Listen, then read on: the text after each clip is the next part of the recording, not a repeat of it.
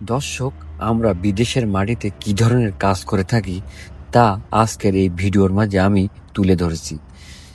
আপনারা যে টংটি দেখতে পাচ্ছেন, এই টঙের ভিতরে সবই কিন্তু কংক্রিট, আর এই কংক্রিটটা তোলা আছে ক্রেনের সাহায্যে। দেখুন, ক্রেন কিন্তু বহুত দূরে দাঁড়িয়ে আছে, আর ছোট্ট একটা ছিদ্রের ভিতর দিয়ে টংটি উপরে তোলা হচ্ছে।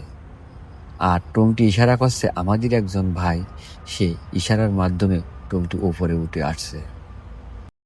আর এখনই কংক্রিটটি ঢালা হবে।